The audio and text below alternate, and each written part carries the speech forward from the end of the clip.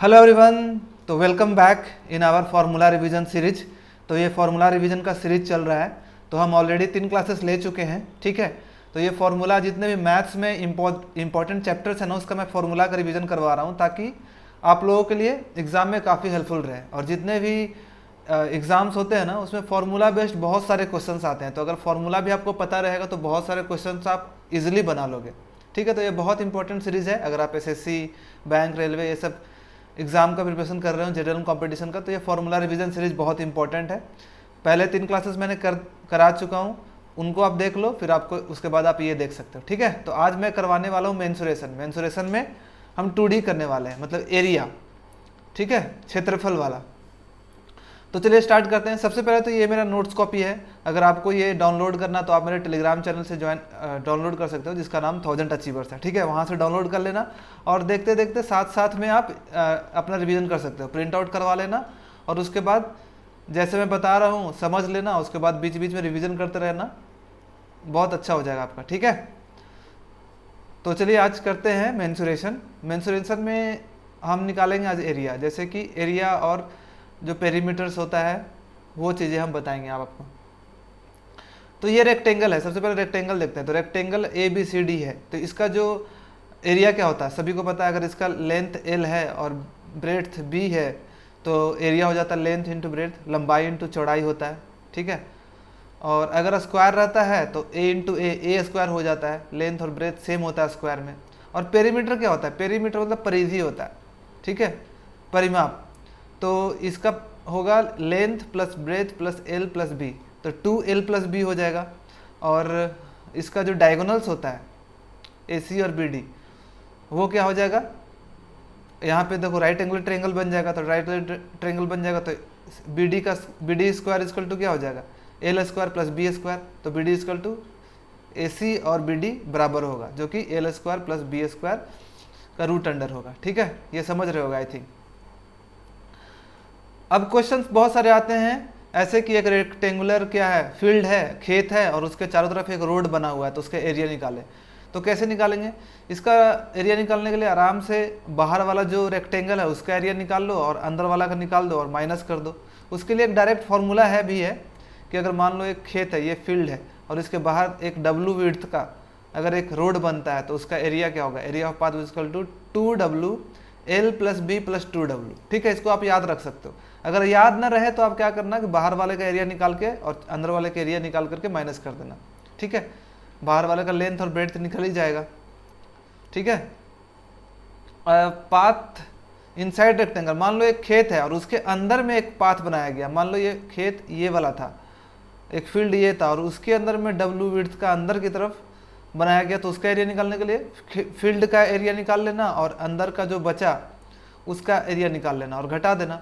और इसका area of path निकालने का डायरेक्ट फार्मूला भी है 2W L plus B minus 2W। देखो सेम ही है, 2W into L plus B plus 2W था। अगर फील्ड बाहर बना है तो, अगर अंदर बना है तो माइनस 2W हो जाएगा, ठीक है। कन्फ्यूजन हो तो डायरेक्ट बाहर वाला का एरिया माइनस अंदर वाला का एरिया निकाल लेना। जैसे मान लो इसका लेंथ L है और ब्रेड्थ B है, तो इसका क्या हो जाएगा? लेंथ, इसका लेंथ हो जाएगा, यहाँ देखो 2W घटेगा, W इधर से भी घटेगा, इधर से भी घटेगा, तो L माइनस 2W हो जाएगा इसका। और ब्रेड्थ क्या हो जाएगा? B minus 2W। और वहाँ पे हो जाएगा L प्लस 2W और B प्लस 2W। अब एक आता है कि एक फील्ड है और उसके बीचों बीच 2 सड़क बनाया गया W लेंथ का, ऐसे एक ये वाला W लेंथ का बना दिया, एक ऐसे बना दिया, तो यहाँ पे एक इंटरसेक्शन हो जाएगा।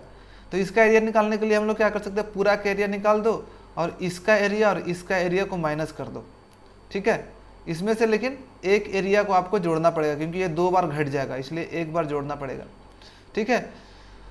तो इसके लिए एक फॉर्मूला है, डायरेक्ट ये वाला यूज कर सकते हो कि एरिया इक्वल टू जो एरिया ऑफ पाथ है, ये एरिया ऑफ पाथ है, एरिया ऑफ पाथ क्या हो जाएगा तुम्हारा? W इंटू विड्थ जो इसका है into L plus B minus W, ठीक है। नहीं तो ऐसे निकालना होगा तो आप आराम से निकाल सकते हो। इसका जो चौड़ाई है इंटू लंबाई से गुना कर देना। इसका मान लो लेंथ L है तो W into L plus W into B, breadth B है, माइनस L इंटू B, इससे एरिया निकल जाएगा। ठीक है, एक स्क्वायर है, स्क्वायर के बारे में पढ़ते हैं। स्क्वायर का तो देखो ए और ए बराबर होता है, लेंथ और ब्रेड्थ बराबर होता है, लंबाई और चौड़ाई बराबर होता है। तो एरिया क्या हो जाएगा, लेंथ इंटू ब्रेड्थ होता है, लंबाई इंटू चौड़ाई होता है, तो ए स्क्वायर हो जाएगा।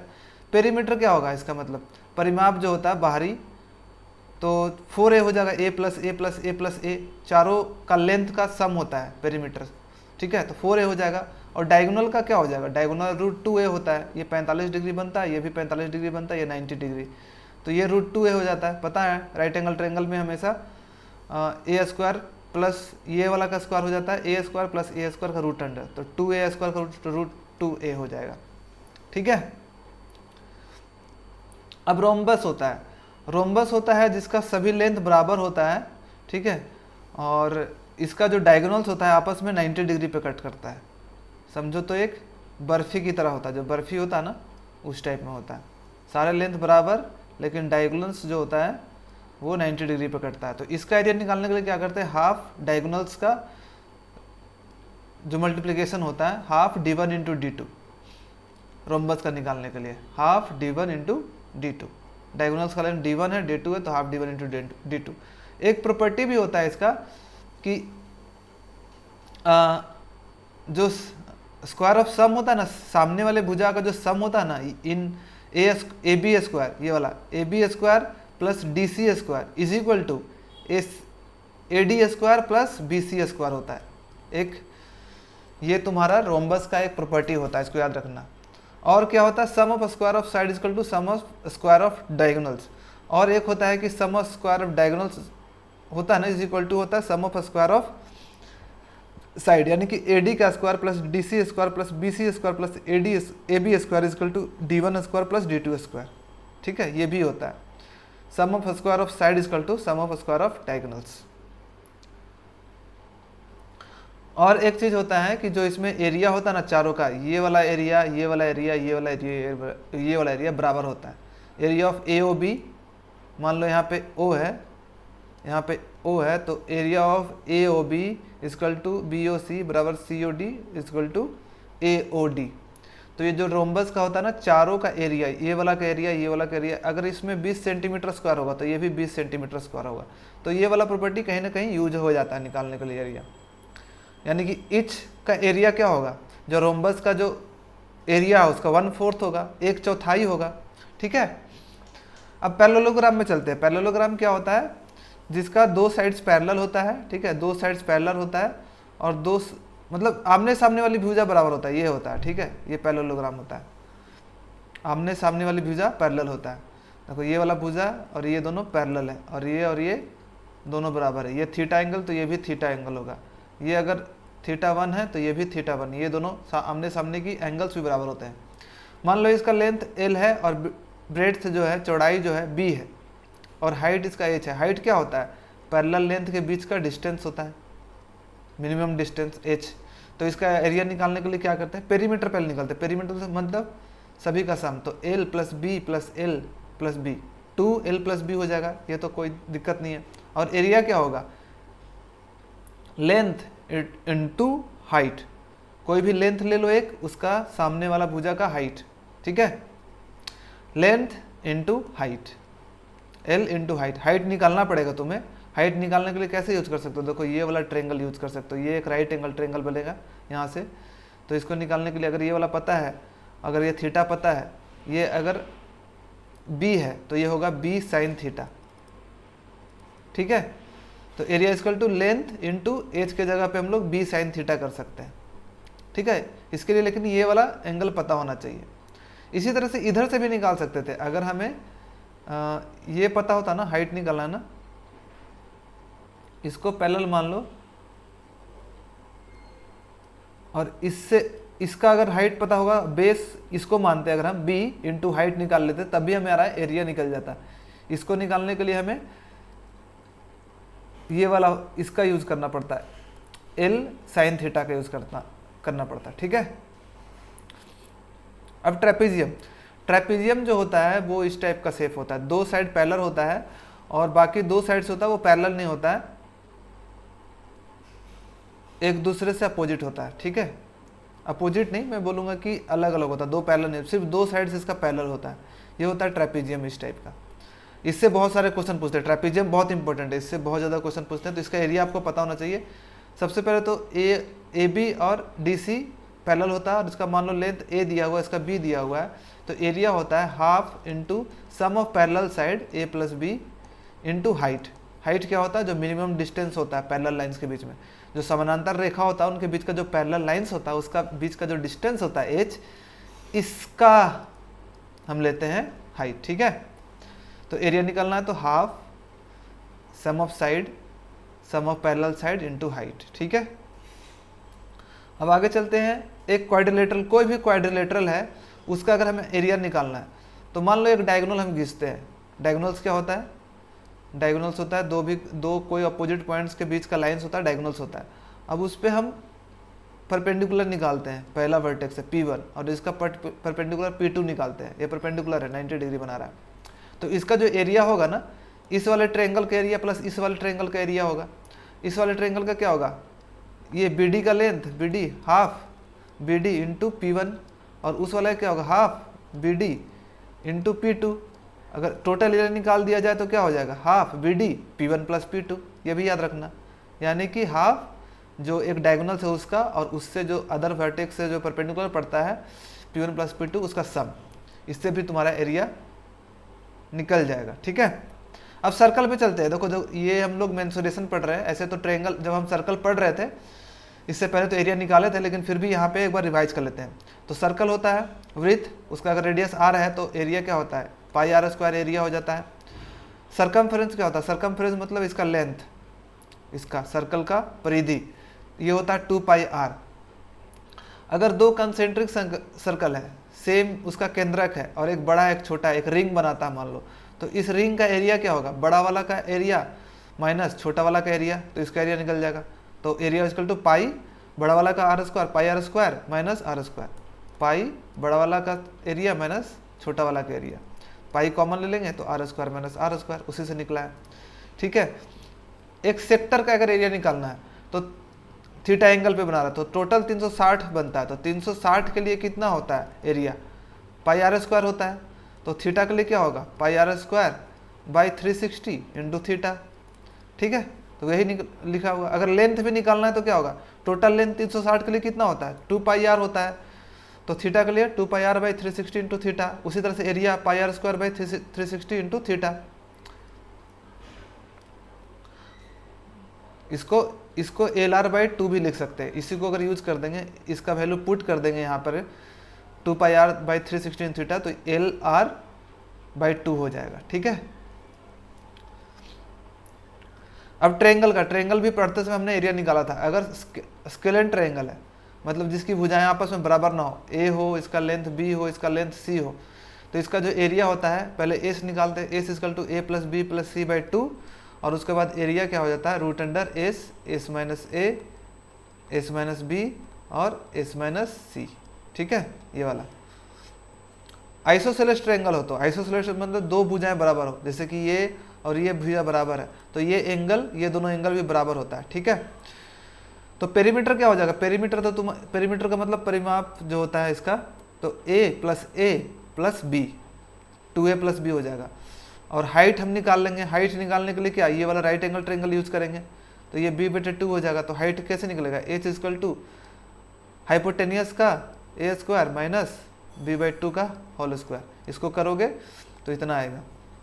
जब हाइट निकल जाएगा तो तुम्हारा एरिया भी निकल जाएगा। एरिया क्या होता है? हाफ बेस ले लो कोई भी और उसका height, base b into height h का वैल्यू पुट कर देना, यहाँ से हो जाएगा।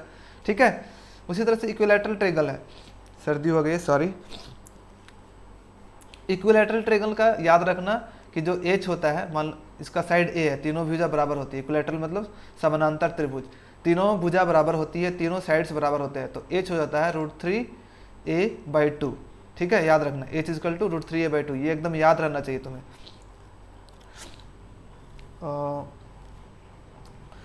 ठीक है, √3a/2। उसके बाद एरिया क्या हो जाता है? हाफ कोई भी side into height, a into height √3a/2। इसको क्या करेंगे तो √3/4 a स्क्वायर आ जाएगा, ये वाला आ जाएगा। ये भी याद रखना है। राइट एंगल नहीं, आइसोसेलेस ट्रायंगल इक्विलैटरल ट्रायंगल का एरिया इतना होता है, ठीक है। अब एक और फॉर्मूला होता है एरिया निकालने का, कि अगर मान लो थीटा एंगल दिया हुआ और दोनों एडजेसेंट साइड का वैल्यू दिया हुआ, तो इसका एरिया निकालने के लिए हाफ दो ठो कोई साइड ले लो और उसके बीच का साइन थीटा, जैसे कि इसका एरिया निकालना ना, तो A B half A B ले लो, ए और बी अगर लोगे तो सी होगा साइन सी, और अगर ए और सी लेंगे तो साइन बी होगा। कैसे होता है देखो, इसका तरीका क्या है कि यहाँ पे जब हम परपेंडिकुलर इसका कैसे निकालते हैं एरिया, जब हम हाइट निकलता है तभी निकलता है। हाइट कैसे हो जाएगा, ये अगर 90 डिग्री है तो ये सी है, तो ये कितना होगा सी साइन थीटा हो जाएगा। तो एरिया क्या हो जाएगा, एरिया होता है हाफ बेस, बेस मान लो ए मानते हैं, और हाइट सी साइन थीटा, ठीक है। तो हाफ ए सी साइन थीटा, साइन सी को एंगल बी भी लिख सकते हैं, थीटा को बी, बी एंगल, तो ठीक है। उसी तरह से अगर इधर निकालना हो तो क्या हो जाएगा, ए और बी लेंगे तो साइन सी लेंगे, और अगर बी और सी लेंगे तो साइन ए लेंगे, ठीक है। ये फॉर्मूला है, याद रखना। Area of A B equal to half A B sine C, जब ए बी ले रहे हैं तो साइन सी लेंगे, अगर बी सी साइड ले रहे हैं तो हमेशा मान लो उसका बीच वाला एंगल लेना, जो भी एडजेसेंट साइड ले रहा है ना उसका बीच वाला एंगल लेते हैं, जो भी साइड लेता है उसका बीच वाला का साइन लेते हैं, ठीक है। दो साइड का मल्टीप्लिकेशन एंड बीच वाला का साइड। अच्छा, बहुत सारा कैलकुलेशन को इजी करने के लिए कुछ याद रखना भी जरूरी होता है सर्कल में। जैसे मान लो रेडियस आता है ना, हमेशा क्वेश्चन आएगा रेडियस में या तो 7 रहता है, या तो 14 रहता है, या 21 रहता है, ऐसे ही रेडियस दिया रहता है। तो अगर इन सब का तुम्हें एरिया पता रहेगा कि इससे एरिया कितना होता है, इसका परिधि कितना होता है 2πr, सरकमफेरेंस कितना होता है, अगर 7 रहता है तो उस सर्कल का एरिया कितना होता है, जब r 14 होता है तो एरिया कितना रहता है। तो इससे बहुत सारी चीज़ें ईजी हो जाती है। मान लो कभी पूछ दिया कि r इक्वल टू 7 सेंटीमीटर, तो एरिया निकालने 154 सेंटीमीटर, 14 में 616 सेंटीमीटर स्क्वायर, 21 सेंटीमीटर में 1386। तो ये सब जब याद रखोगे ना, तो मान लो बोल दिया ऐसे कि एक एरिया है जिसका, एक सर्कल है जिसका एरिया 1386 है सेंटीमीटर स्क्वायर है, तो उसका ये कुछ कुछ निकालने के लिए बोलेगा। तो तुम जैसे 1386 देखोगे तो तुम तो फॉर्मूला बैठा होगा कि पाई आर स्क्वायर हो गया, फिर आर निकालोगे तो 21 आएगा। लेकिन तुम्हें जब पता रहेगा कि 1386 21 सेंटीमीटर का रेडियस का होता है, उससे निकलता है, तो डायरेक्ट आर तुमको पता होगा 21, उसके बाद जो भी चीज़ें निकालनी होगी डायमीटर या फिर कुछ भी, तो तुम आराम से 42 निकाल सकते हो और कुछ भी निकाल सकते हो। इसे याद रखने से कुछ चीज़ें क्या होती है कि जल्दी कैलकुलेशन जल्दी हो जाता है, क्वेश्चन जल्दी सॉल्व हो जाता है। तो जैसे कि 7, 14 और 21 का तो आपको याद रखना है कि जब 7 होता है तो एरिया 154 सेंटीमीटर स्क्वायर होता है, और जब पेरीमीटर होता है 44 होता है। जब 14 होता है तो 616 सेंटीमीटर स्क्वायर एरिया होता है, और ये 88। ये देखो सिर्फ डबल हो रहा है, ये डबल होगा, ठीक है। इसका डबल नहीं, इसका 3 गुना होगा, इसका 2 गुना हो गया, इसका ये फिर 3 गुना हो गया। जैसे 7 14 हुआ 2 गुना, ये जब 3 गुना हो गया तो ये भी पेरीमीटर भी 3 गुना, 44 दिए 132। लेकिन ये होता है, ये अलग चेंज होता है, ये 1386, 21 में 1386 और इसका 132। तो ये 3-4 अगर याद रखोगे तो कैलकुलेशन में बहुत आसानी होता है जब आप एक्चुअल एग्जाम में रहते हो। तो आज का क्लास हम यहीं तक रखते हैं, ठीक है। फिर आगे हम नेक्स्ट क्लास में आगे हम आपको बताएंगे, आगे भी कुछ इंपॉर्टेंट फार्मूलाज है नेक्स्ट क्लास में। कल जो मॉर्निंग में अपलोड कर दिया जाएगा उसका वीडियोस, टेंशन नहीं लेना है। आगे के क्लास में हम आगे का जितना भी इंपॉर्टेंट फार्मूलाज है मैं करवाऊँगा, ठीक है। आज का क्लास यहीं तक रखते हैं।